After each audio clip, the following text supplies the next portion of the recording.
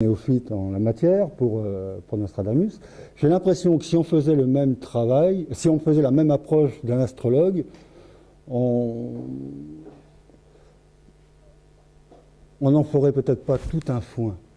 Le travail, les résultats que l'on a en certitude des travaux de Nostradamus, si maintenant on les superposait sur un travail d'astrologue, je ne sais lequel, on dirait, bon, il y a quand même très peu de résultats, beaucoup de flou. Alors déjà, c'est la première réflexion. Deuxième réflexion, je me demande si on n'est pas émerveillé de ce personnage-là, dans le sens où ils ne sont pas si nombreux que ça, les astrologues au moins, à avoir quand même, pour des siècles, essayé de prévoir des choses. Alors, faute d'astrologue, on se penche sur quelqu'un qui était prophète, mystique, poète, un petit peu astrologue. Enfin, je me demande si, véritablement...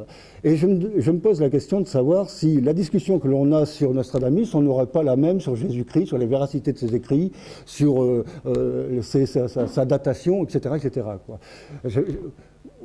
Où est le concret de Nostradamus si on doit attendre de plus d'avoir les matériaux soi-même d'une interprétation, c'est encore pire, quoi. Si un astrologue travaillait comme ça, je ne sais pas, quoi. Vous voyez. Donc, je me pose ces questions-là. Qu'en est-il de Nostradamus? Quel poids a-t-il dans ce cursus-là, quoi?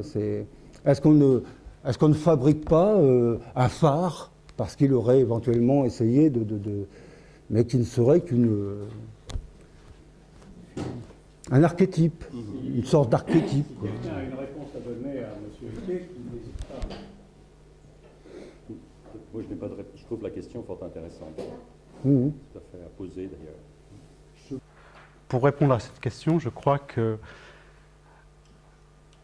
quand j'ai commencé la recherche sur Nostradamus, en 91, j'étais très enthousiaste.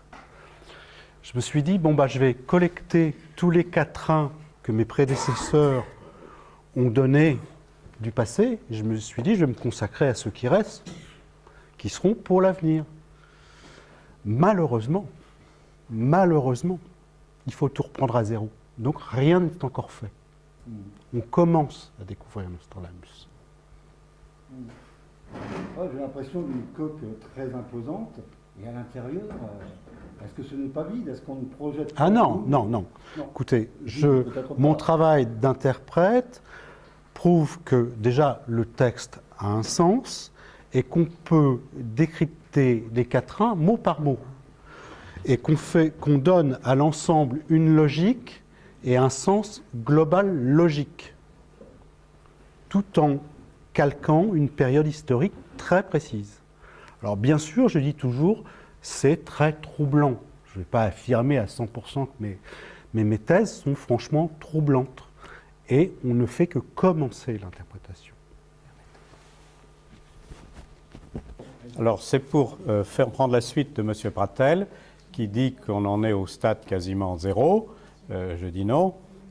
Personnellement, j'ai pris un axe de recherche qui s'appelle le décodage, et je me suis axé uniquement sur ce que tout le monde laissait tomber, à savoir les dates inscrites dans les centuries et dans les épîtres de Nostradamus. Et en tirant ce petit fil d'Ariane, j'ai trouvé, si vous voulez, c'est une démarche inverse de Jean-Charles Pichon, j'ai trouvé une grille temporelle. C'est-à-dire, je n'ai pas essayé d'imposer une grille temporelle des mythes du zodiaque, cycle processionnel, mais j'ai trouvé une autre grille qui était connue d'ailleurs par Roussat, que M. Prévost a cité, qui est la grille que j'ai baptisée, hélas, ce n'est pas le terme de l'époque, prince du temps, mais qui est une grille temporelle de 36 ans multiplié par 7 égale 252 ans. C'est donc un cycle de 252 ans que Nostradamus a utilisé. Il a utilisé bien d'autres choses, mais ce sera pour plus tard à dévoiler.